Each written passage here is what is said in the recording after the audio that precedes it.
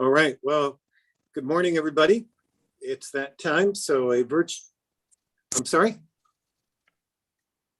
Oh, okay. You just said recordings in progress. Thank you. So a virtual meeting of the Transportation Policy Committee is called to order. I understand a quorum is present, so please remember to unmute your device before speaking and mute when you are not speaking to create a positive experience for all of us. Phone attendees should use *6 to unmute or mute and *9 to raise their hand. So item number 2 is a call to audience, and members of the public were asked to submit written comments related to this meeting through the MAG website.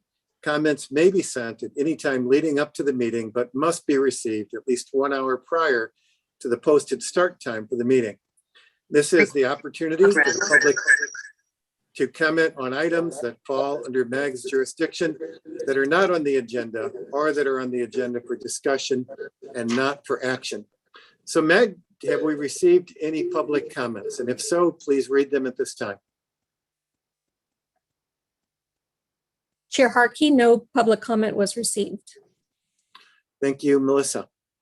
Item number 3 is the approval of the June 16th, 2021 and June 22nd, 2021 meeting minutes. So is there a motion? Mayor Weiss, I'll make the motion to approve. We have a motion by Mayor Weiss. Is there a second? Mayor Hall, I second it. Second by Mayor Hall. So we have a motion and a second. So please raise your virtual hand to vote in favor of the motion. And if we don't see your virtual hand, or if you are on the phone, we will call your name. And Mag, I'm going to need your help with this.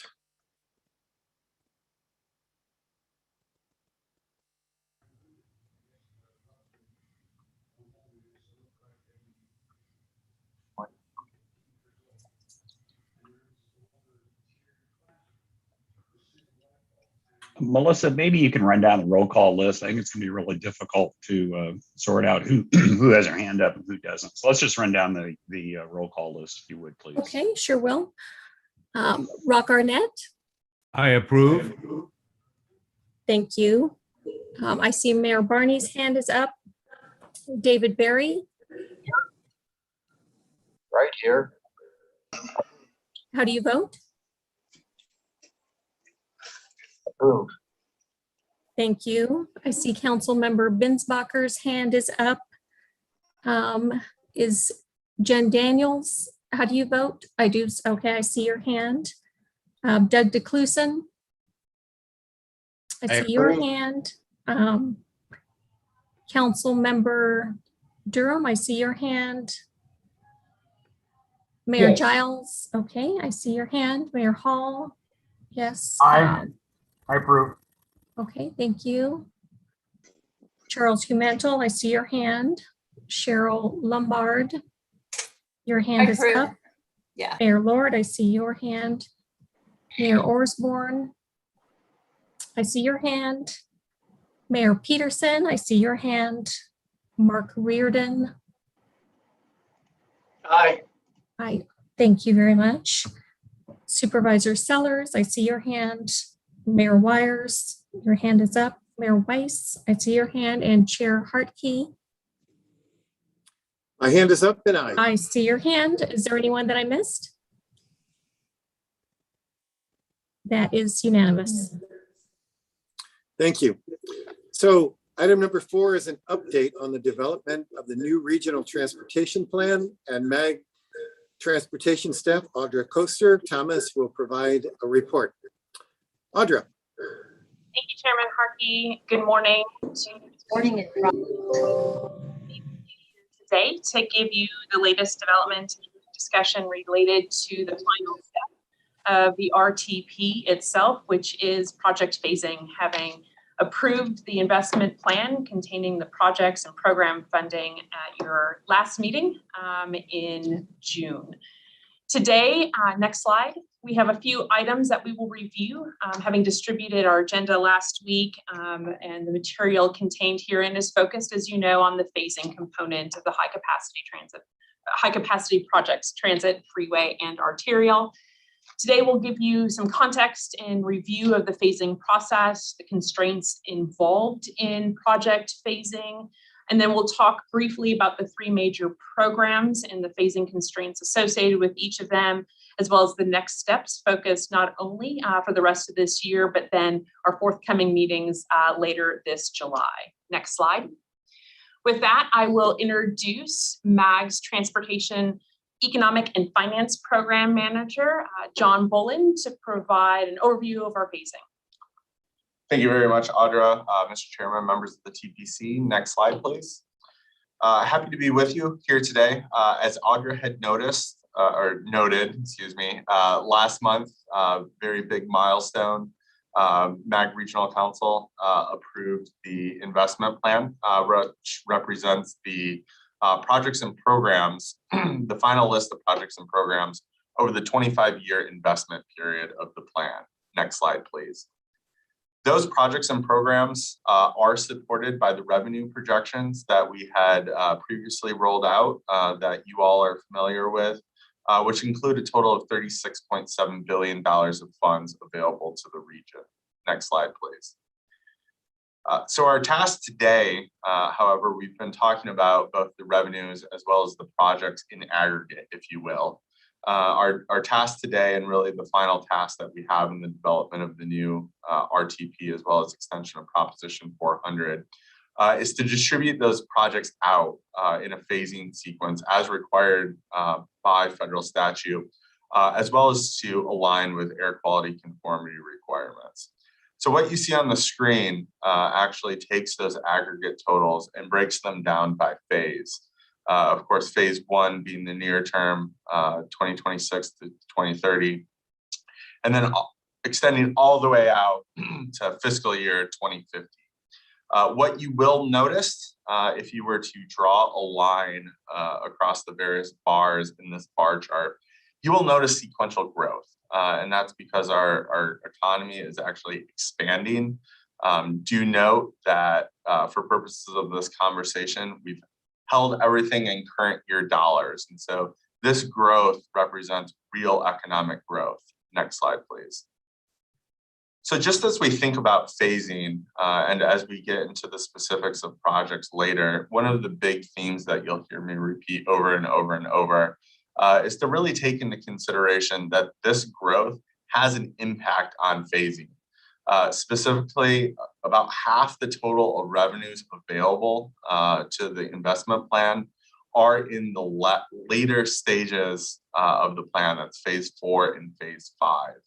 Next slide, please. So with that, as I has noted, we have broken down the phasing into 5 different phases. This follows the model that we had first established as part of Proposition 300 all the way back in 1985 and have continued through with Proposition 400. So another item that you're going to hear me repeat frequently today is that the most fundamental constraint as we look at project phasing, as we look at the sequencing of projects, is cash flow. That is a real constraint, and there is not a lot we can do about it. Next slide, please. So as we had detailed in the agenda material that we had distributed, there were a number of different factors that we actually took into consideration as we developed the draft phasing plan. Rather than to go into these specifically right now, I will touch on them as we talk about the different modal programs, in particular because really dependent on the modal program, some of these played a larger factor than others, though the cash flow constraint was a theme throughout all of them. Next slide, please. But before we go into the different modal programs, I do want to call out a couple of important factors to keep in mind, not only for the duration of this presentation, but certainly as you're reviewing the list of phasing and aligning it with the different projects. And that is, again, we are seeing far more revenues in the later stages of the program than we are in the early stages. In fact, if you were to look at the total revenues available in phase 5, it's almost twice as much as available in phase 1. And of course, if you align this with sort of Desired outcomes, there's a misalignment because of course everybody wants their projects early. Moreover, as I had noted, nearly 50% of the sales tax funding is collected in phase 4 and phase 5. As we developed the draft phasing plan, we did assume bonding. However, we were very conservative in that assumption. In part, it's because we want to be sensitive and not overpromise, and then when we get to implementation, underdeliver. But also because there's a trade-off associated with bonding, and it enables us to do certain projects earlier. However, it does have an overall impact in that it reduces the total amount of revenues available. I would say that the greatest pinch in terms of expectations versus sort of the reality of our draft phasing came with the arterial program. We will talk about this later, but there was significant, overwhelming, as a matter of fact, interest in funding arterial improvements in the early phases of the plan. And as a result, you will see projects being programmed in much later phases than what was desired, although that is a consistent outcome for all agencies. And then the last point, as we developed phasing for the 3 modal programs, we did so independent of each other.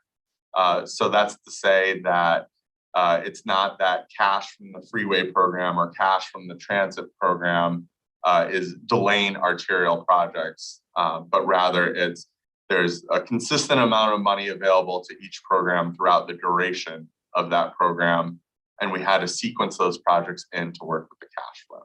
Next slide, please. So I will move on now to talk about the specific modal programs. Next slide, please. And I'll start with the freeway program.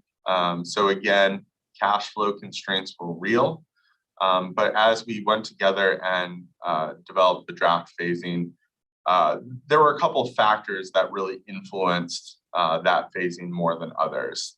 So I'll start off with project costs. Certainly, as we're talking about the freeway program, there are some very, very large projects. These projects, such as State Route 30 or I-10 improvements between the tunnel and the split, or even I-17 reconstruction, those projects are very expensive and consume a lot of cash. And so you have to be deliberate about when those are sequenced and sort of have to time them accordingly. There's also a lot of consideration given to system continuity. And so what I mean there is just being sensitive to when these projects are scheduled to start versus other projects on the system that provide route redundancy. So I think a good example from the Prop 400 era is the I-10 Broadway Curve project. So that's a project that we actually have starting with consideration to the improvements that took place on the 101 Price, as well as South Mountain. We couldn't start that project until those alternative routes were completed and available. So that same logic was applied as we developed the freeway phasing. Market considerations, we've discussed that at length in this committee, particularly related to the freeway program rebalance of a couple of years ago. But unlike the arterial program, when we're talking about the freeway program or high capacity transit program, these are big projects that have major impacts on the local construction market. So we just need to be sensitive about when these projects are scheduled so as not to overflood the market and drive up costs. And then the last point I'll touch on is the project development process, which is extremely critical in the freeway phase. Next slide, please.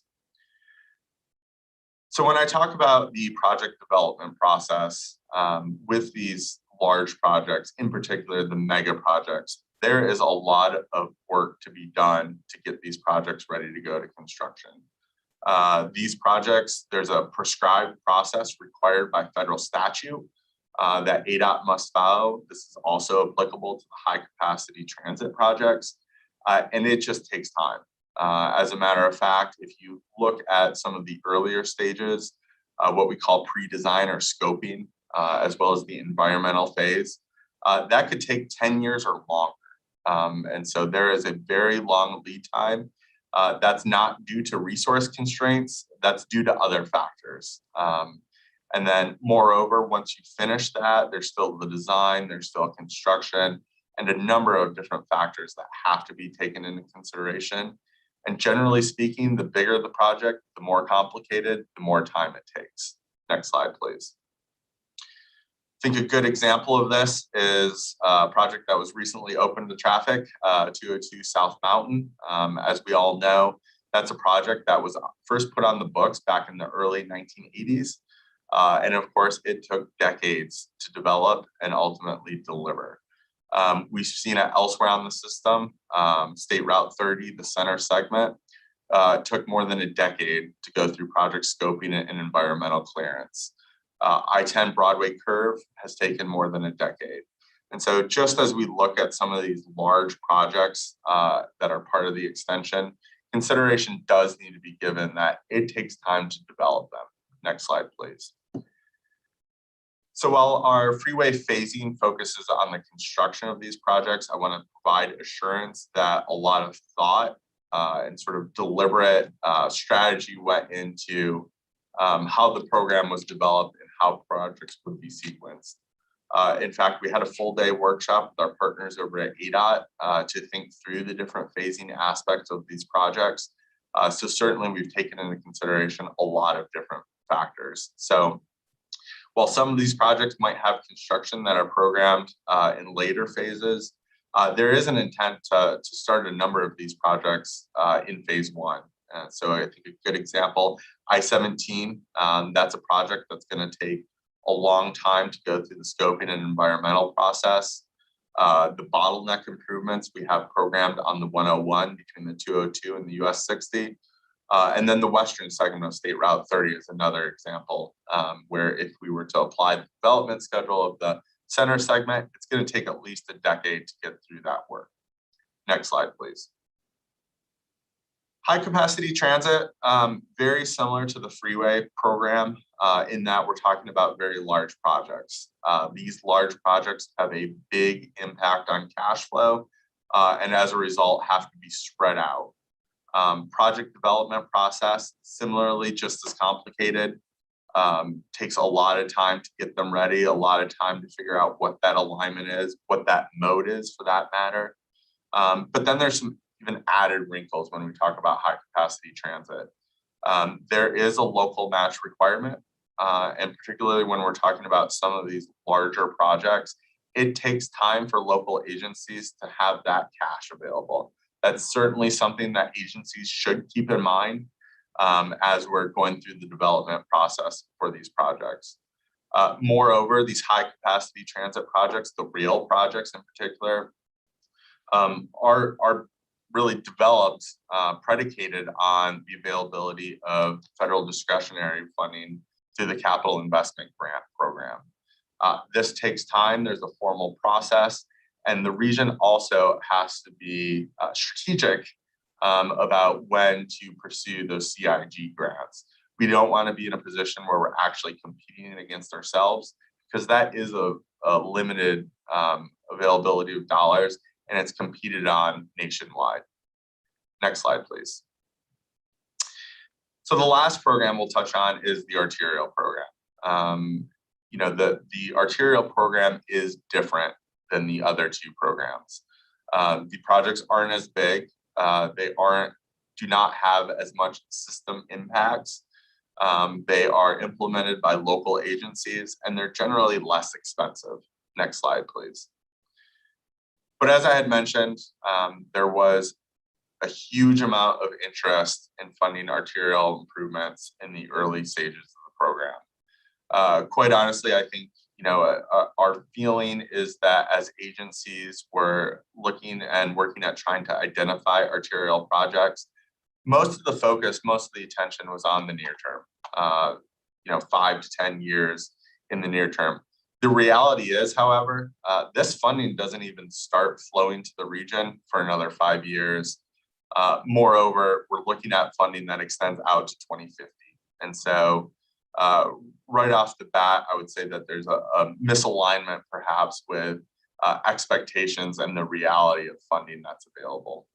So As we had noted in the memo, phase 1 funding requests were 3 times larger than the funding that we had available. We saw that similarly throughout the different phases of the program. Of course, phase 2 funding requests were high as well. There were very few agencies that submitted requests to fund arterial improvements towards the end of the investment period. As a result, this presented challenges. And candidly, I would say that the biggest pinch we have on phasing is in the arterial program. We've heard from a number of agencies prior to today. I think everybody is disappointed. And that's purely a result of reality. The cash flow isn't there to deliver these projects as early as folks wanted. So we did our best to balance the arterial funding throughout the investment period. By agency, we took into consideration priorities as best as we could. Next slide, please. I do want to emphasize, however, that as agencies review their arterial phasing, to keep into consideration, I think a couple really key elements. The way the arterial program is structured is it's a reimbursement program. Agencies they certainly have, as part of Prop 400, moved forward with the work in advance of the available reimbursement. There's policies that are put in place that reward those that complete their projects early. They can pursue closeout funding. There's consideration given in terms of inflationary increases if they have to wait for their reimbursement. And so it's not like agencies necessarily miss out. They just might have to wait longer than they wanted to, perhaps. Also emphasize that, phasing in the RTP, arterial program specifically, this is just the starting point. Once this becomes a program, once revenues start flowing, we're going to update this annually as we do with the current Prop 400 programs. In fact, just last month, the fiscal year 2022 updates for both the freeway and the arterial programs were just approved. So this is to say there's a lot that's going to change between now and when the program actually starts. And then the last point I'll emphasize, project development always takes longer than what is anticipated. Projects, there's an eagerness to get projects out the door as quickly as possible, but certainly through some of the scoping work, some of the design work, there are always hangups that take longer. Another really big consideration that usually doesn't set in until CIPs start to be developed is there's a local match component of this as well. It requires a significant portion of funding from local agencies, and that funding isn't necessarily always available when there's a desire to move forward with the project. So just a couple, I think, important factors to keep in mind. I think we recognize that on the arterial program in particular, folks are disappointed. However, that's largely just a result of the reality that the cash flow is stretched across the 25-year period. Next slide, please.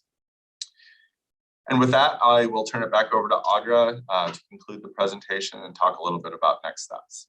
Thanks, John. Next slide. So just to reorient you where we are in our overall process, we are working in July in order to facilitate this last technical component to develop the RTP. I will remind you, we are a little bit behind schedule now. Our air quality conformity process does take about 5 months to complete. In order to even begin that work, our modelers are anxiously awaiting the phasing of projects to include in the model and run alongside our air quality models. As such, we will be focused this month on finalizing this piece. Moving through our air quality conformity process, the final pieces of our public engagement efforts to deliver the final RTP and investment plan for your consideration at the end of the year to move into enabling legislation. Next slide. So looking at this month in particular, today's presentation was intended to review the information we distributed last week, provide this information and the constraints specifically associated with cash flow, answer any questions that you might have. We've already met with, worked with many member agencies over the course of this week, anticipate those one-on-one conversations to continue, but recognize, as we hope we have delivered today, really a message that we are constrained. There isn't a lot of options for us to be able to move pieces around and specifically to advance projects earlier due to cash flow. We will come back, have another meeting on July 21st, where we will be asking for your recommended approval of the project phasing and to enter into air quality conformity, concluding the month with a regional council meeting to approve project phasing and entry into air quality conformity so that we can complete the final and formal stages associated with the RTP development this fall. With that, Chairman Hartke, members of TPC, we're happy to entertain any questions or comments. Thank you, Audra. Questions? Mr. Chairman, Mayor Giles first. thank you very much. Thank you for the great presentation. I know a lot of work's gone into this, and we're, as usual, we're trying to put 50 pounds of flour in a 10-pound bag. So I appreciate and respect to the challenges that MAG staff is confronted with. I'm sure you've heard this from staff in other cities, but I'm a little disappointed at the lack of urgency attached to the high capacity transit element, particularly as it relates to the Rio Salado streetcar extension. I'm sure anyone who's traveled on the 202, past the ASU campus or past the Tempe Town Lake, into Mesa, is very much aware that the Rio Salado development is happening. The ASU development there, billions of dollars, including housing and employment, all very much transit oriented. And if we wait until the 2030s to deliver on the transit portion of that development, it's just going to be very obviously out of pace as far as the timing goes. So my comments are that we do need to find a way to not relegate high capacity transit to a lower tier in terms of urgency and importance, particularly as it relates to the Rio Salado streetcar. And again, I respect the challenge that staff is up against, but this is a policy decision I think that the policy makers need to weigh in on and move that project up. Thank you. Next, let's go. I see Mayor Barney, you have your hand up, then we'll go back to live. Thank you, Mayor. I do want to acknowledge MAG staff had a tremendously difficult task in trying to phase arterial projects in particular, as we all want to build these as early as possible. And for growing communities like Queen Creek, this is especially important to us due to the lack of arterial projects in Prop 400, in due part to the roadways being owned by Maricopa County.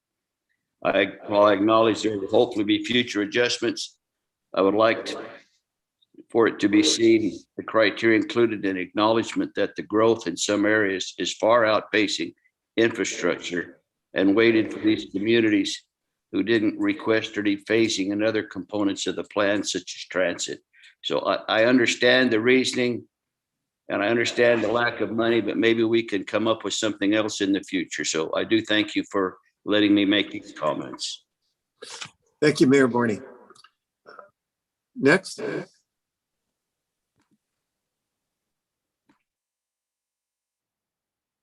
I see hands up from Mayor Orsborn. Yes, sir. Thank you, Chair. Just want to echo Mayor Barney's comments for those growing communities. And every conversation we have, you realize really the needs that we have across the entire region. So I understand exactly what Mayor Giles is saying, and that I've driven that 202 past ASU and have been stuck in traffic there, and understand that all that development is transit-oriented development that is keying on transit being in place to carry people back and forth. Similarly, in our growing areas in both Queen Creek and Buckeye, we have growth that's coming in that may not necessarily be transit oriented, but is dependent on those projects that we have in. I was very encouraged that in the presentation, John had mentioned that we will be working on some of those upfront items that work that takes place over 10 years to get the project ready to go to construction. And we're very appreciative of that, and anything we can do to further that along is fantastic. And also very appreciative that we're going to be taking a look at this on a yearly basis to see if markets have shifted or needs have shifted. And I think that's important for the region as well. So more than anything, just want to echo Mayor Barney's comments, and thank you for the opportunity to speak, Chair. Thank you, Mayor Orsborn. I see Mayor Weiss from Avondale. Thank you, Mr. Chair. For us, when I look at the transit along the 202, I drive from Avondale to Tempe 5 days a week. I take the 202 all 5 days. And while, yes, it is a transit corridor, I will tell you that in many cases, it is also a driver-oriented corridor.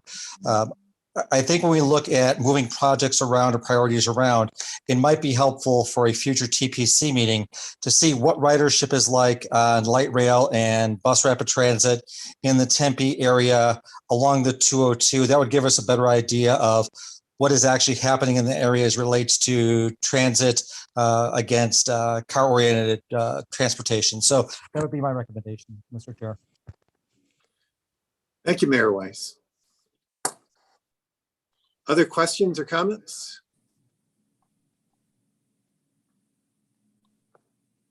I don't see any other hands up, but I don't want to cut people off.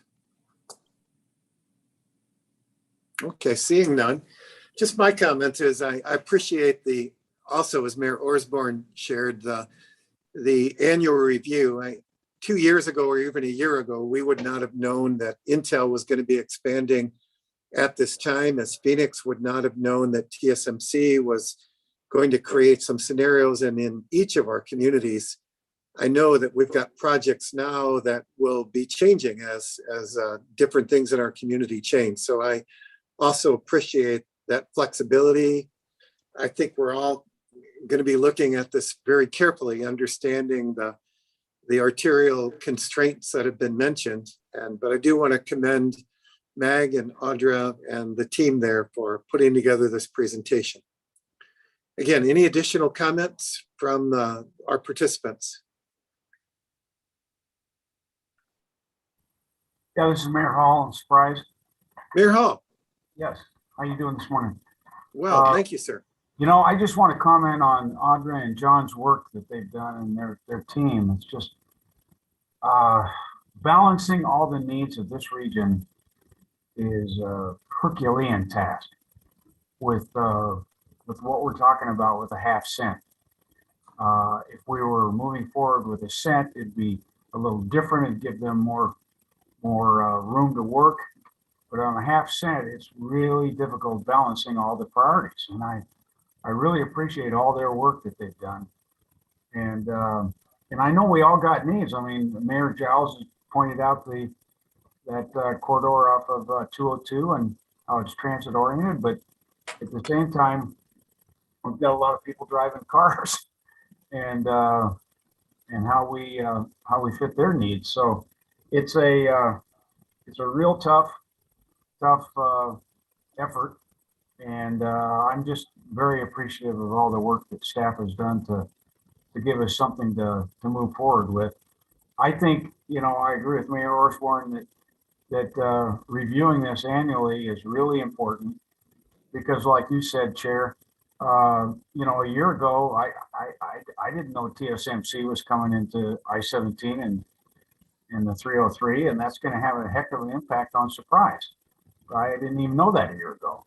And you didn't know that Intel was going to be expanding and what that's going to do to you and your community. And so we've got to remain flexible. And I think reviewing this annually is very, very important. And so those are my comments. Thank you, Mayor Hall.